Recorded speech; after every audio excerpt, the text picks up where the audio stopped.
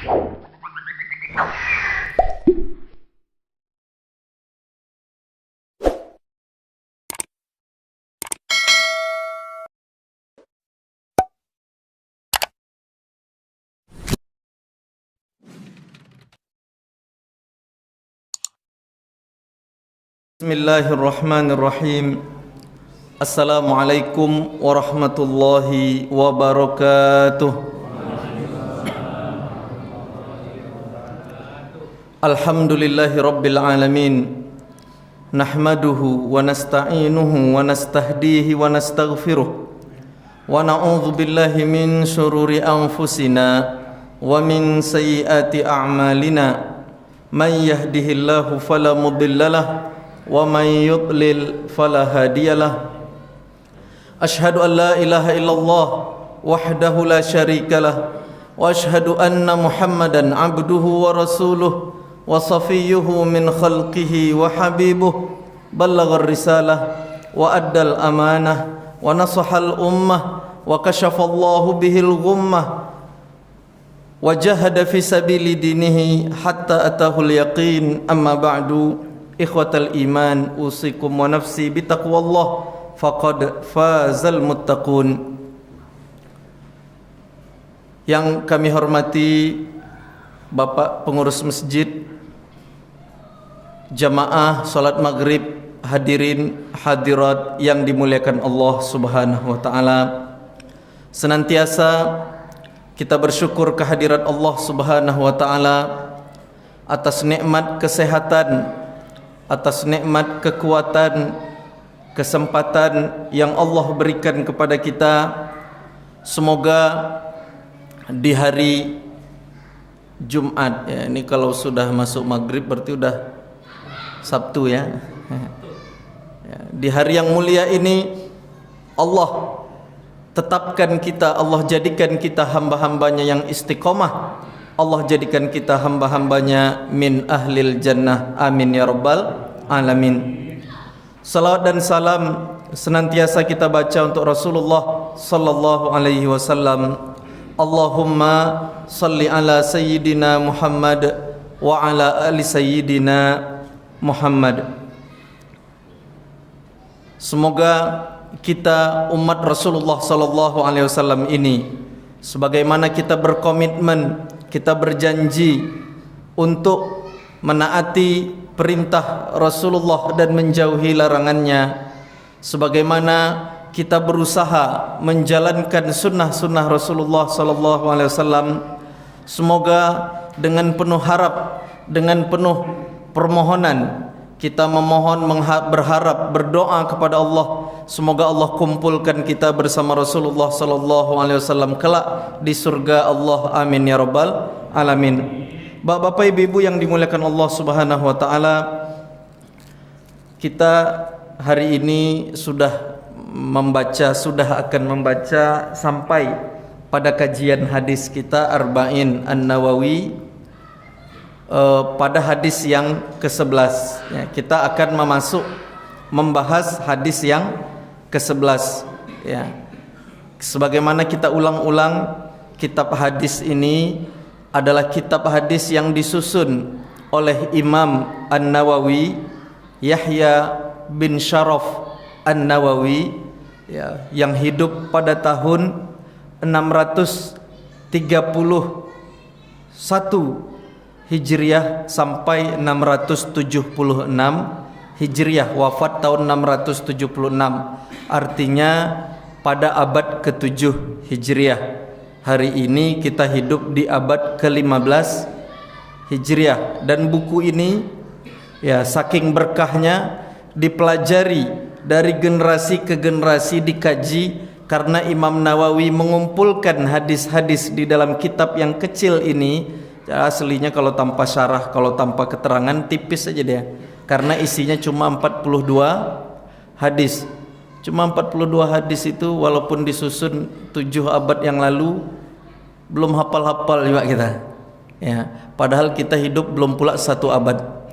Ada yang udah 1 abad di masjid ini ya. 1 abad itu berapa tahun? 100 ya.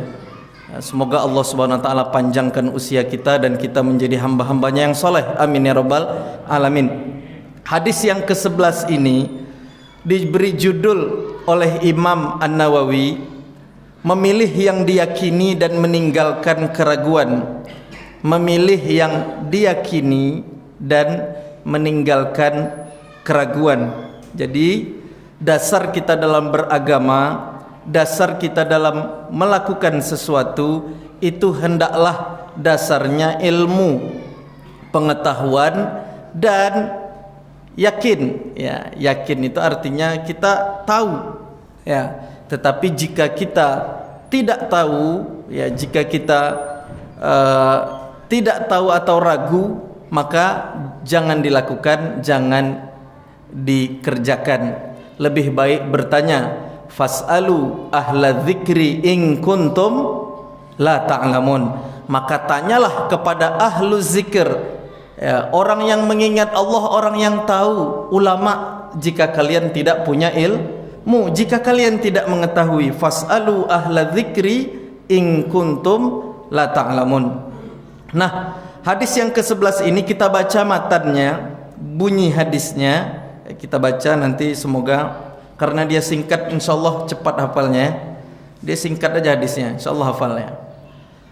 An Abi Muhammad Al-Hasan bin Ali bin Abi Talib sibti Rasulillah sallallahu alaihi wasallam wa raihanatihi radhiyallahu anhuma qala hafiztu min Rasulillahi sallallahu alaihi wasallam da' ma yaribuka ila ma la yaribuka, da' ma yaribuka ila ma la yaribuka.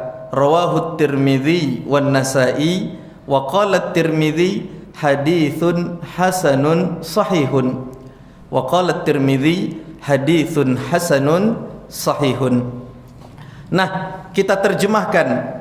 An Abi Muhammad, dari Abu Muhammad. Nah, ini sudah, kalau pakai Abu itu berarti kunyah. Kunyah, panggilan. Kalau perempuan pakai ummu, itu di Arab ya. Di Indonesia pun dulu awal-awal ada ya. Sebagian orang masih pakai ya. Pakai nama panggilan anak pertama. Abu Muhammad, kalau anak pertamanya laki-laki Muhammad, Abu Muhammad. Nah, ini ya, atau Abu Hasan. Ya. An Abi Muhammad, dari Abu Muhammad. Siapa beliau? Sahabat Rasulullah, bahkan cucunya Al-Hasan bin Ali bin Abi Talib radhiyallahu anhuma. Al-Hasan bin Ali bin Abi Talib. Hasan putranya Ali bin Abi Talib. Makanya radhiyallahu anhuma. Ya, doa kita kalau menyebut nama sahabat, adabnya menyebutkan radhiyallahu an, karena ini berdua sahabat Hasan dan ayahnya Ali bin Abi Thalib adalah sahabat Rasulullah, maka kita sebut radhiyallahu anhuma. Dua-duanya semoga diridhoi Allah subhanahu wa ta'ala. Sibti Rasulillah, Hasan ini sibt, cucu dari Rasulullah sallallahu alaihi wasallam. Wa raihanatihi, raihanah kesayangan, raihanah wangi, ya, yang disukai oleh Rasulullah, yang dicintai oleh Rasulullah sallallahu alaihi wasallam. Apa dasarnya, apa dalilnya kalau Hasan cucu Rasulullah ini dicintai oleh Rasulullah? Yang pertama, tidak perlu kita sebutkan ceritanya. Yang namanya kakek ke cucu itu standarnya apa? Sayang enggak? Ya, pernah lihat kakek mukul cucu? Pernah kali ya? Pernah lihat kakek nampar cucunya? Jangan ya. Ya, ini cucu Rasulullah sallallahu alaihi wasallam wa raihanatihi. Dalam sirah kita udah pernah ceritakan pada kajian sirah, ketika Rasulullah ini masyhur kisahnya. Ketika Rasulullah salat sallallahu alaihi wasallam, salat Rasulullah sujud, cucunya ini naik ke atas apa namanya? Punggungnya, bermain, anak kecil. Ya, anak-anak main di cucu kakeknya, main di punggung kakeknya, berdiam gitu, manjat punggung kakeknya Rasulullah sallallahu alaihi wasallam. Dan Rasulullah memperpanjang sujudnya agar cucunya ini puas, ya, agar cucunya ini cukup dan turun sendiri. Nah, itu Rasulullah sallallahu alaihi wasallam. Pernah satu kali Rasulullah duduk di hadapan sahabat, siapa nama sahabatnya? Lupa saya.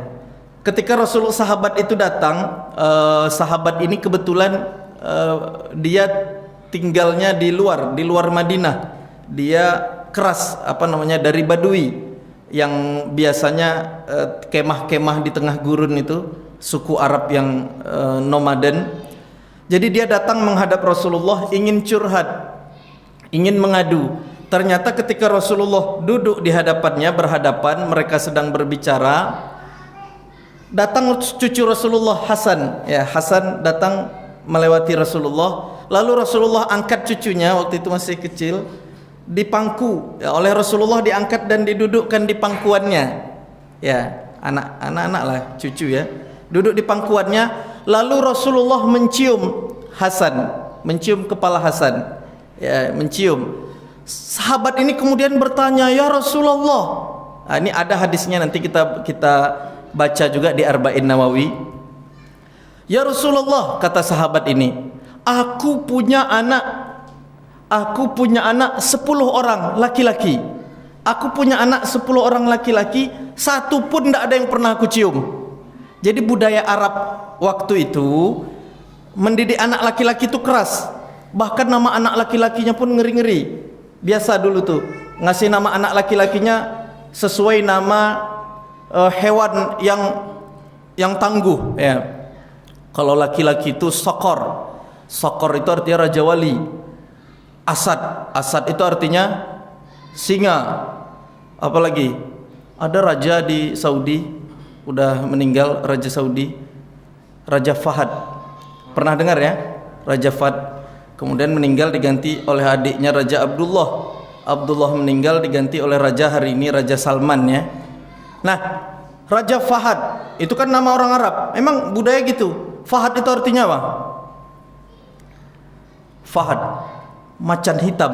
Kan ada macan tapi hitam deh. Itu Fahad. Itu orang Arab suka dengan yang olahraganya berkuda.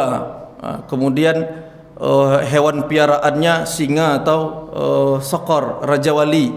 Nah, ini agar anak itu tumbuh menjadi laki-laki yang tangguh gitu. Tetapi ya, pendidikan keras kepada anak laki-laki di dalam Islam harus dibarengi dengan kasih sayang.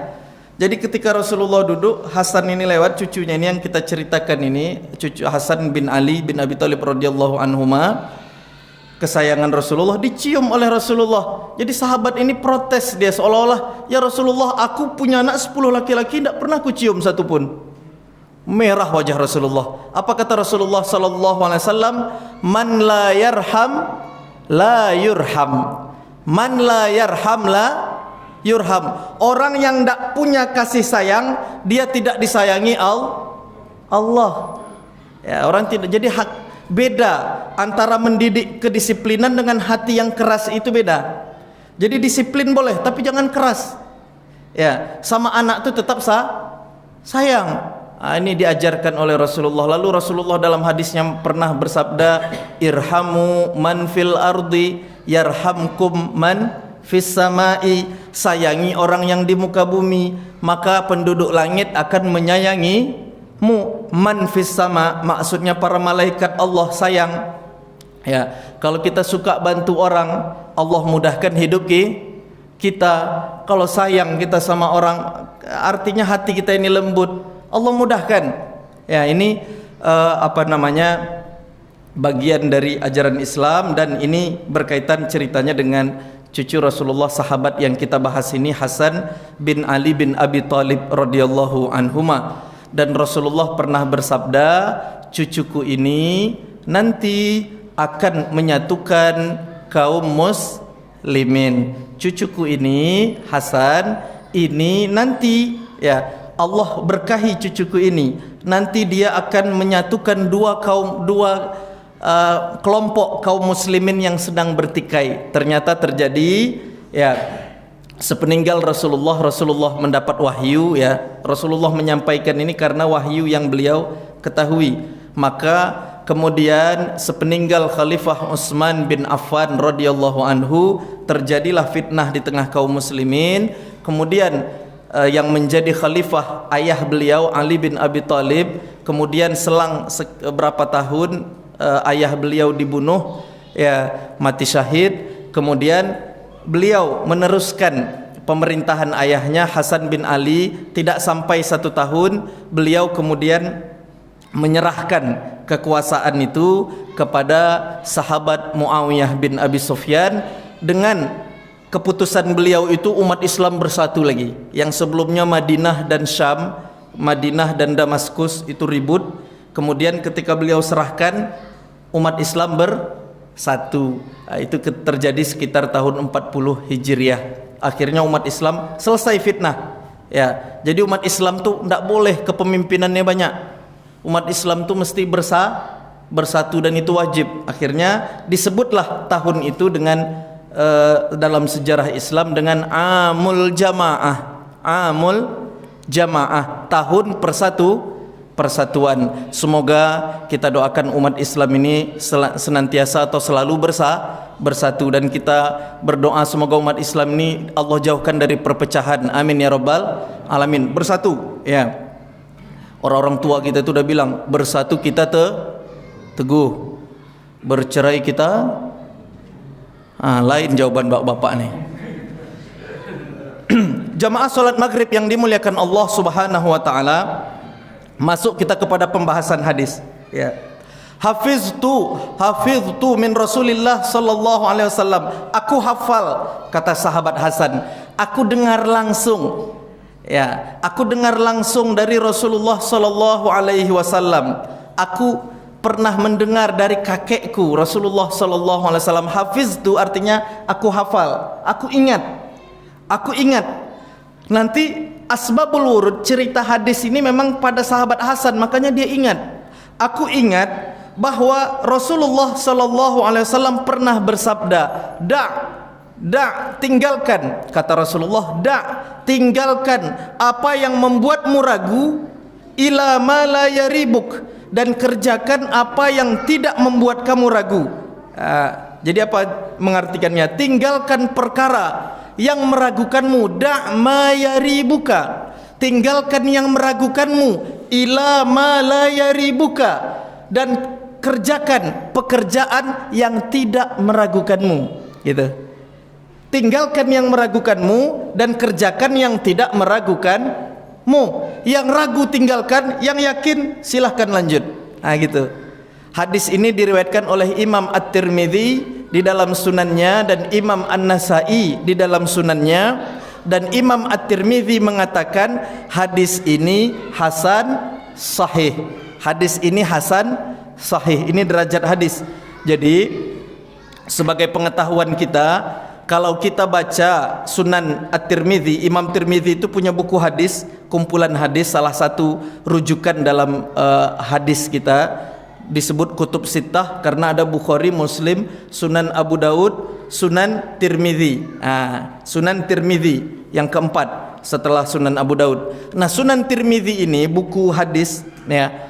Imam Tirmidzi ketika menyusun buku hadisnya, hampir di setiap hadis ujungnya dia kasih hukum, dia terangkan hukumnya. Hadis ini sahih, hadis ini hasan, hadis ini hasan sahih, hadis ini dhaif, gitu.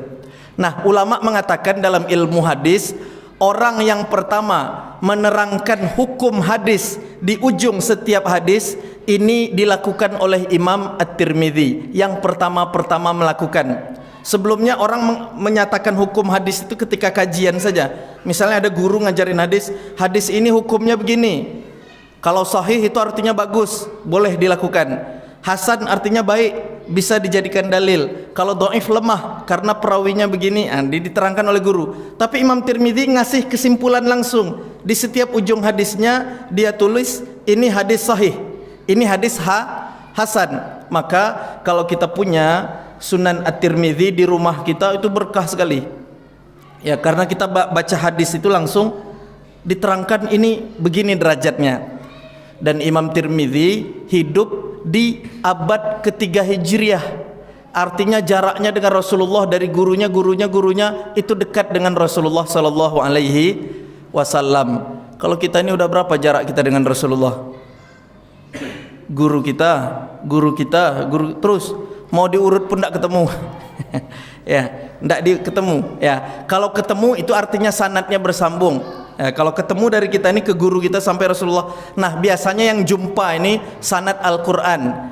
Makanya kalau ada orang mengajarkan tahsin atau menghafal Quran melalui guru yang bersanad, itu artinya nyambung. Ya, saya belajar dari guru saya menghafal Al-Quran, guru saya menghafal dari gurunya. Itu ada, itu disebut dengan sanad hari ini. Ikhwatal iman. Kata Rasulullah, tinggalkan yang meragukanmu, ila ma la yaribuk, dan kerjakan yang tidak meragukanmu. Nah, kandungan hadis ini sangat penting dalam amal kita sehari-hari. Ini buktinya orang Islam itu tidak asal-asalan. Ini buktinya orang Islam itu tidak asal-asalan. Kita sholat tadi, sholat maghrib berjamaah, kenapa? Yakin nggak kita sholat maghrib berjamaah tadi benar ajaran Islam? Yakin. Sholat maghrib itu termasuk sholat yang wajib tidak? Yakin kita? Yakin. Orang yang tidak sholat maghrib, yakin nggak kita berdosa? Yakin kan? Ini yakin kita tadi itu berpahala, dan kalau kita tidak sholat, kita yakin kita berdosa. Itulah ya, kita ambil yang pasti. Dan hukum Islam ini dasarnya ilmu, dasarnya kepastian. Jadi hadis ini, ikhwatal iman, jamaah yang dimuliakan Allah, anjuran kita menuntut ilmu. Apa maksudnya? Anjuran kita mengetahui hukum Islam. Bagaimana kita tidak ragu kalau banyak hukum yang kita tidak tahu. Ini boleh tidak? Padahal hadis yang keenam kita sudah bahas. Ini hadis ini mirip dengan hadis yang keenam. Hadis yang keenam sudah pernah kita baca. Apa hadis yang keenam? Innal halala bayyinun wa innal harama bayyinun wa bainahuma mustabihatun la ya'lamuhunna katsirum minan nas. Hadis yang keenam sudah kita baca beberapa bulan yang lalu. Kata Rasulullah sallallahu alaihi wasallam bersabda, innal halala bayyinun, yang halal itu sudah jelas, wa innal harama bayyinun, yang haram pun sudah jelas, wa bainahuma, antara yang halal dan haram tadi, umurun mustabihat, perkara-perkara yang syubhat. Syubhat itu artinya samar, ndak joleh, ndak jelas. Syubhat la ya'lamuhunna katsirum minan nas, banyak orang tidak tahu hukumnya, banyak manusia tidak mengetahuinya. Jadi siapa yang mengetahui hukum Allah? Para ulama. Wal ulama uhum warathatul anbiya, para ulama adalah pewaris para nabi. Maka ulama itu harus kita hormati, kita tanya, berguru ya, dan anak-anak kita didik untuk cinta belajar Al-Quran, hadis. Tujuannya apa? Biar ilmu syariat Islam ini tidak hilang. Perlu ada regenerasi. Maka saya salut ya, bangga dengan orang tua yang berani menyekolahkan anaknya ke pesantren. Ketika orang ragu, kalau anak itu nanti pesantren masa depannya bagaimana? Ya, banyak yang masa depan itu kan rata-rata materi. Padahal rezeki di tangan Allah, rezeki itu pada ketentuan Allah. Anak itu kalau punya skill bekerja, dia insya Allah rezeki berjalan. Sama dengan kita ya, mau yang sekolah tinggi pun kalau tidak kerja, goyang-goyang kaki aja ya dapat gaji. Ya, kalau dia punya perusahaan, di rumahnya goyang kaki ya, harus bekerja keras ya. Jadi ini meninggalkan perkara syubhat ya. Kita diperintahkan Allah meninggalkan perkara syubhat, jangan dekati. Wa man waqa'a fis syubuhati waqa'a fil haram. Siapa yang jatuh dalam perkara syubhat sudah jatuh, kata Rasulullah, dalam perkara yang haram. Tinggalkan syubhat. Yang syubhat itu banyak ya. Kalau korupsi itu syubhat atau haram? Haram ya. Kalau syubhat itu kan tidak jelas. Kalau korupsi itu udah jelas dia haram. Macam itulah. Ya. Yang haram jelas tinggalkan, yang syubhat jangan dekati. Yang syubhat jangan dekati.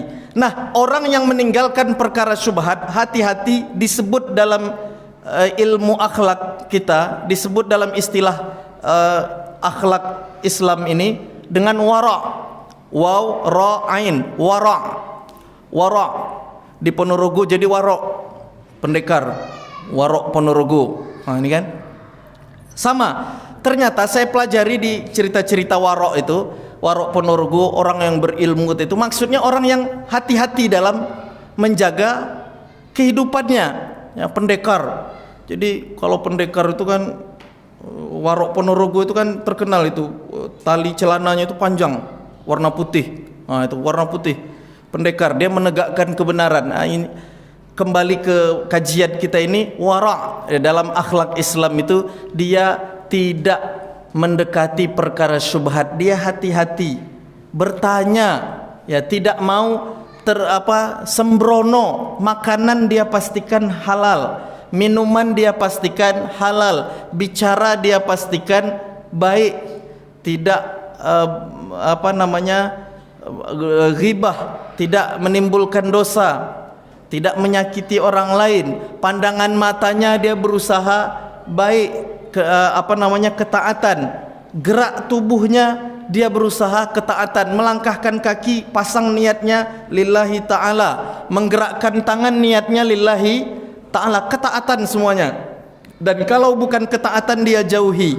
Kalau syubhat, perkara yang samar, dia tidak mau dekati. Jadi syubhat ini kalau ulama pada tingkatan warok, mereka mengatakan yang disebut dengan warok itu, hati-hati itu adalah orang yang meninggalkan, bukan meninggalkan yang haram, tapi meninggalkan sebagian yang halal agar tidak terjatuh pada yang haram. Halal, meninggalkan sebagian yang halal agar tidak terjatuh pada yang haram. Ya, tertawa boleh enggak? Mubah.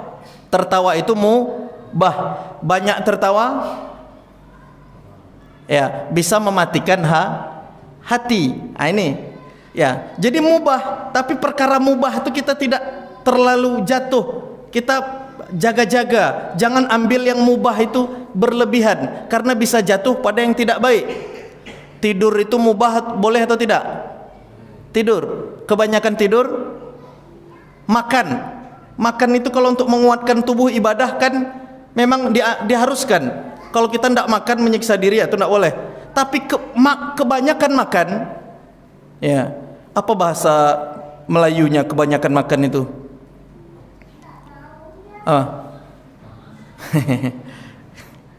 Apa? Obesity. Itu berlebihan juga tidak boleh.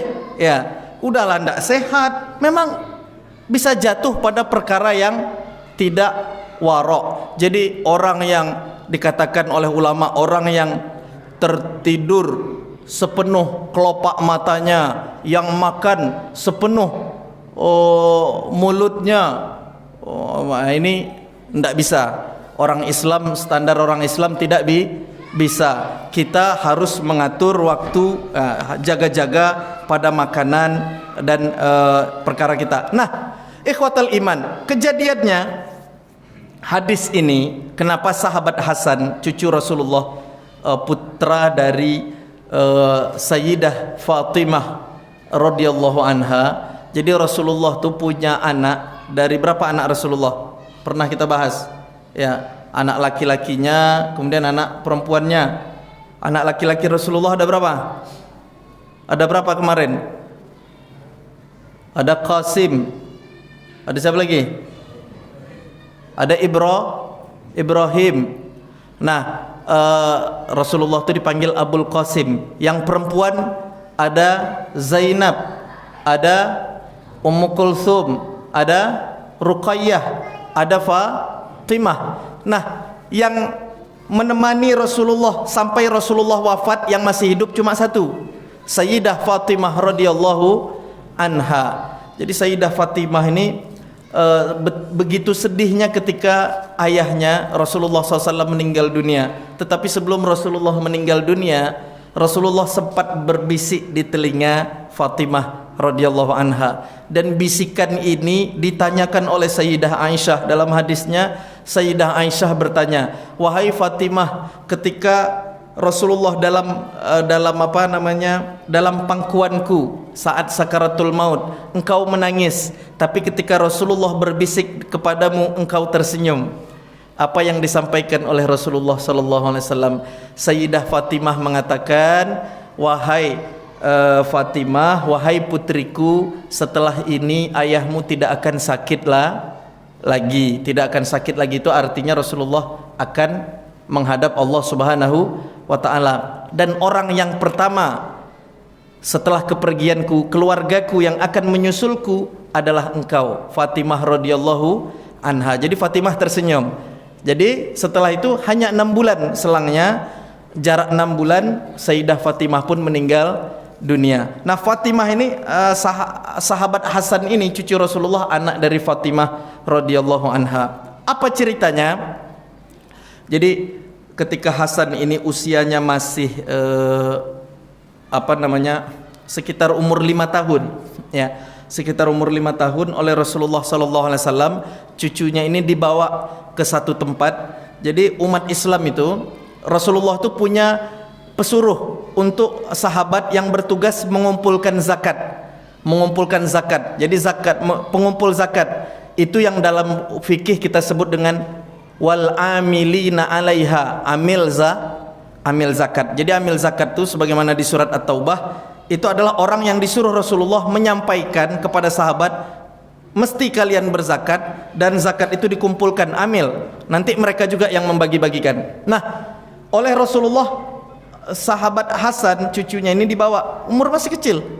Nah, ketika melihat tempat dikumpulkan harta zakat tadi, dan ini zakatnya zakat pertanian, kurma kering itu kan, kalau kurma itu dizakatkan harus kering, tidak boleh basah, dia harus dijemur dulu sampai betul-betul kering, baru dia dizakatkan. Sama dengan anggur itu zakat pertanian, dia ada zakatnya.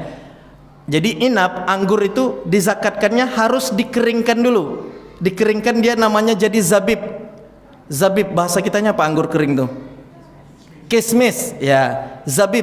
Jadi di Arab tuh banyak, apalagi bulan Ramadan. Kita ini kan, saya misalnya pelajar ya, mahasiswa di Mesir. Itu kalau bulan Ramadan orang bayar zakat fitrahnya ke mahasiswa, kita dapat kurma kering dengan anggur kering. Saking banyaknya orang ngasih, karena mahasiswa itu kan dikatakan sudahlah fakir juga, miskin juga. Namanya awak mahasiswa kan, fakir. Dibilang kaya enggak juga, awak nampak orang tuh kan. Udahlah fakir, miskin, tambah apa lagi? Fisabilillah. Kalau fisabilillah ini agak enak dengar sedikit kan. Fisabilillah. Jadi di rumah tuh menumpuk kurma kering tuh. Dia menumpuk sampai kalau udah hampir setahun di rumah, paksa kita kasih orang tuh lagi. Karena kita enggak kayak orang Arab, kurma kering itu gimana makannya? Jadi kita buatlah seperti orang Indonesia. Jadi kalau saya kurma kering tuh, karena dia keras, ndak payah dipukul pakai palu tuh, tak, itu baru pecah dia. Kurma kering itu terpaksa direbus dulu, habis itu kita kolak pakai santan kan. Orang Indonesia inilah. Kalau ndak dibeli terigu, kurma kering tadi direbus sampai lembut, kita buat godok. Kalau awak godok pisang, kalau di sana godok kurma. Pernah nggak? Jadi ini cerita godok pula kita ya. Udah lapar kayak ini. Nah, ikhwatal iman. Jadi oleh Rasulullah dibawa sahabat Hasan cucunya ini melihat tempat dikumpulkannya barang zakat tadi. Sahabat Hasan yang anak masih kecil, ikhwatal iman, anak masih kecil, apa dosanya? Jadi Hasan ini cucu Rasulullah, ada kurma yang jatuh dari karungnya di bawah, di lantai. Oleh sahabat Hasan ini, anak kecil, diambil kurma tadi, dan refleks kurma itu dimasukkannya ke dalam mulutnya, dimasuknya di kunyahnya. Apa yang dilakukan Rasulullah sallallahu alaihi wasallam? Rasulullah dengan jarinya, telunjuknya, dimasukkannya jarinya ke mulut Hasan, dikeluarkannya lagi kurma tadi yang sudah dikunyah oleh cucunya, dikeluarkan semuanya. Jadi yang udah terkunyah dan ada bijinya dikeluarkan, dibuang oleh Rasulullah sallallahu alaihi wasallam, dikeluarkan. Baru cucunya, nah ini sahabat Hasan, masih mending kurma. Kadang anak-anak kita, anak-anak kecil, dulu adik saya waktu kecil saya lihat yang dimasukkan itu obat nyamuk lagi. Obat nyamuk yang lingkar tuh, yang masih ada sisa, kalau masih merangkak tuh diambil, hop, nah kan. Saya lihat, obat nyamuk dimakannya. Karena saya masih kecil juga saya biarkan. Pas besar saya tahu, enggak boleh makan obat nyamuk rumahnya. Nah, ini Hasan kurma, ya masih mending lah bagi kita kan. Dan anak kecil kan enggak tahu hukum, refleks. Anak-anak tuh mending kurma. Kadang-kadang entah apa yang terletak di lantai dimasuk mulutnya. Ya. Dikeluarkan oleh Rasulullah sallallahu alaihi wasallam. Begitu saking Rasulullah menjaga keturunan, dan ini pelajaran bagi kita umat Islam. Ketika dikeluarkan oleh Rasulullah, sahabat bertanya, "Ya Rasulullah, Hasan anak kecil ya Rasulullah, dan ini kan halal. Barang kurma itu, zakat umat Islam itu halal atau enggak? Halal. Kan halal ya Rasulullah." Apa jawab Rasulullah sallallahu alaihi wasallam? "Kami ahlul bait. Kami ahlul bait. Kami makan hadiah, menerima hadiah, tapi tidak boleh menerima sedekah. Kami tidak boleh menerima sedekah." Dan kurma yang jatuh ini tidak tahu. Rasulullah mengatakan tidak tahu dia ini sedekah atau hadiah. Karena statusnya tidak jelas, maka dikeluarkan. Kalau hadiah boleh. Kalau sedekah itu sampai zakat itu pun bagian dari sedekah, karena ayat zakat itu innamas shadaqatu lil fuqara di surat At-Taubah. Shadaqat di situ maksudnya zakat. Jadi sebagai bagian dari zakat, sedekah zakat itu dikeluarkan oleh Rasulullah sallallahu alaihi wasallam. Kami ahlul bait tidak makan sedekah. Nah, ini hanya berlaku untuk ahlul bait, bukan untuk kita semua. Jadi kita umat Islam semua ini selain ahlul bait, ia boleh nerima hadiah, juga boleh nerima sedekah. Boleh. Kalau mau atau tidaknya itu lain urusan. Tapi hukum dasarnya boleh. Tidak boleh juga kita mengharamkan yang Allah halalkan, gitu ya. Nah, ini ahlul bait. Karena Rasulullah tidak tahu jelas kurma yang jatuh ini dikeluarkan. Ya, lalu Rasulullah melanjutkan, "Da' ma yaribuka ila ma la yari buka." Ini asbabul wurud hadisnya. Tinggalkan yang meragukanmu dan kerjakan yang tidak membuat kamu yang tidak meragukanmu. Fa inna sidqa, lanjutan hadisnya dalam beberapa riwayat ada lanjutannya. Rasulullah bersabda, "Fa inna sidqa tuma'ninah wal kadhiba ribah." Fa inna sidqa tuma'ninah, sesungguhnya kejujuran itu mendatangkan tuma'ninah, ketenangan. Kalau sholat itu kita ada rukunnya tuma'ninah ya. Tuma'ninah itu artinya tenang. Fa inna sidqa, jujur itu tuma'ninah, wal kadhiba, bohong itu menimbulkan ribah. Ribah itu keraguan, tidak tenang. Itu lanjutan hadisnya dalam beberapa riwayat. Ikhwatal iman, jadi inilah yang diajarkan oleh Rasulullah pada kita. Buat lakukan ketaatan itu kita tenang. Tapi kalau kita lakukan maksiat, kita tidak tidak tenang hidup kita. Walaupun ada orang melihat orang kaya dari hasil maksiat, kayaknya enak-enak aja hidupnya. Enggak. Fitrah manusia itu sebetulnya enggak terima. Dalam lubuk hati terdalamnya pasti dia enggak tenang. Orang yang melakukan maksiat itu mesti, ya kalau pada fitrahnya masih selamat, kalau orang yang fitrahnya masih normal, melakukan maksiat itu pasti langsung enggak enak. Pasti langsung cemas, ragu, khawatir. Tapi kalau orang udah terbiasa, mati rasa kita sebut ya, mati rasa, tapi di dalam lubuk hati terdalamnya fitrahnya, kesuciannya pasti tidak terima. Pasti tidak terima. Dan dari konsep inilah, dari konsep hadis ini kita ketahui ulama hari ini, ilmuwan ya, para ilmuwan saintis itu hari ini menemukan alat mendeteksi kebohongan. Alat deteksi kebohongan. Ada kabel-kabel yang dilekatkan di jari. Jadi kalau ada iklan apa tuh mie sedap ya, diletakkan badannya. Kalau dia bilang ndak enak itu bohong. Ya.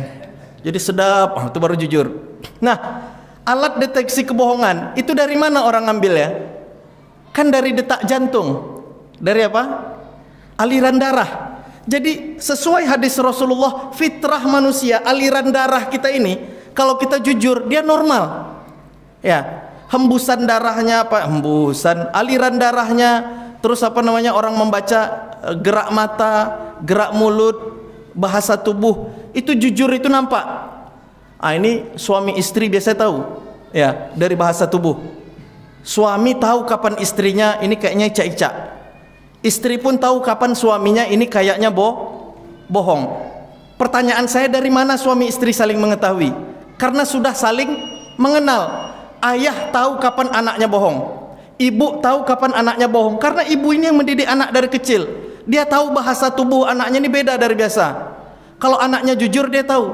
Tapi kalau anaknya jawab seperti jujur, ibunya ini kayaknya ada sesuatu.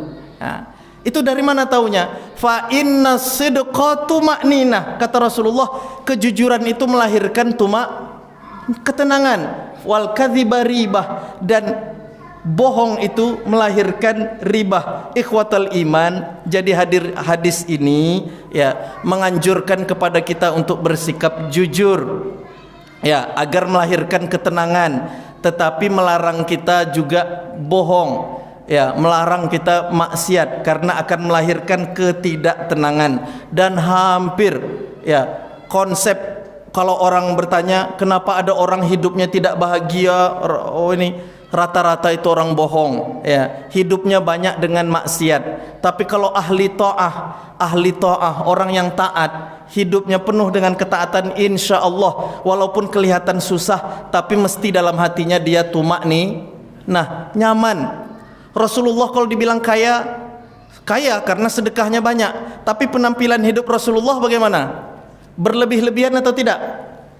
Riwayatnya udah sering kita dengar, Rasulullah bangun berbekas punggungnya dengan bekas pelepah kurma, sering kita dengar. Artinya hari ini bahkan kalau kita ke Masjid Nabawi, ada namanya Museum Rasulullah SAW di samping Masjid Nabawi, itu nampak rumah Rasulullah dibuat maketnya seperti asli, seperti dulu. Bagaimana sederhananya Rasulullah SAW. Tapi sedekahnya banyak.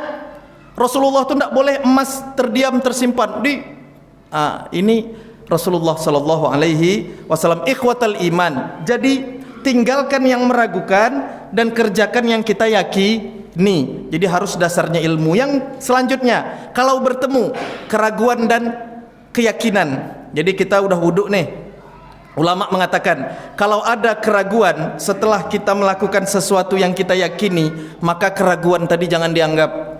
Al yaqinu la yuzalu bisyakki. Kaedahnya sesuatu yang sudah kita anggap yakin tidak bisa diganggu dengan keraguan. Contoh, ini perasaan was-was, maka banyak baca a'udzubillah. Contoh, kita udah wudhu. Ketika kita sudah wudhu, ragu, muncul godaan, was-was, aku batal enggak ya? Aku batal tidak ya? Maka langsung putuskan, tidak, aku tidak batal, karena tadi aku sudah berwudu. Kecuali kata Rasulullah, barang siapa yang muncul keraguan batal atau tidak di dalam solatnya, maka jangan keluar dari solat, kata Rasulullah, kecuali dia mendengar, dia merasakan sesuatu di perutnya, lalu ragu-ragu apakah keluar angin atau belum, maka jangan keluar kecuali dia mendengar suara atau mencium bau. Jadi kalau kita udah yakin, ya kata Rasulullah dalam hadisnya, hadis riwayat Muslim, lalu muncul keraguan, aku batal atau tidak, jangan pilih yang kita yakini, aku sudah wudhu, jangan keluar dari solat kecuali dua, mendengar suara atau mencium bau. Suara ini suara apa maksudnya? Ya, kan terdengar biasanya ya. Tapi kan ada orang yang tidak bersuara. Ya, tapi ada bau. Nah, kalau baunya nggak ada, yakini. Ya, insya Allah tidak batal. Was-was itu ada. Ya, jadi dalam Al-Quran, kalau diganggu oleh setan dengan perasaan was-was, fasta'idz billah, maka segeralah ta'awuz, baca a'udzubillahi minasyaitonir rajim, hilangkan. Karena ada orang setiap wudhu sikit was-was, belum, belum sempurna, belum, lama, hampir selesai orang sholat, imam sholat apa, dia belum juga selesai wudhu, masih gini-gini. Itu namanya was tidak normal. Maka ambil yang yakin, bismillah, auzubillah, dah. Yang penting sampai pada syarat rukun, hilangkan was-was. Kalau betul-betul ragu, ambil baskom, masuk dalam air tuh, udah wudhu semua tuh, bismillah, aku niat wudhu, masuk nyemplung. Kata ulama apa? Sah. Ya, jadi kalau ada sungai mengalir, kita niat wudhu, lalu kita nyemplung ke dalam tuh, basah semuanya, itu naiknya sudah semuanya, karena udah basah semuanya kan. Ini kira-kira lakukan, ambil yang kita yakini, tinggalkan yang kita ragukan, laksanakan kejujuran karena itu ketenangan, dan jauhi kebohongan karena itu adalah keraguan. Aku qauli hadza wa astaghfirullah li wa lakum. Mohon maaf atas khilaf dan salah. Inilah kajian kita hadis yang ke-11. Semoga Allah jadikan kita hamba-hamba Allah yang istiqomah di atas jalan kebenaran ini. Amin ya rabbal alamin. Wassalamualaikum warahmatullahi wabarakatuh.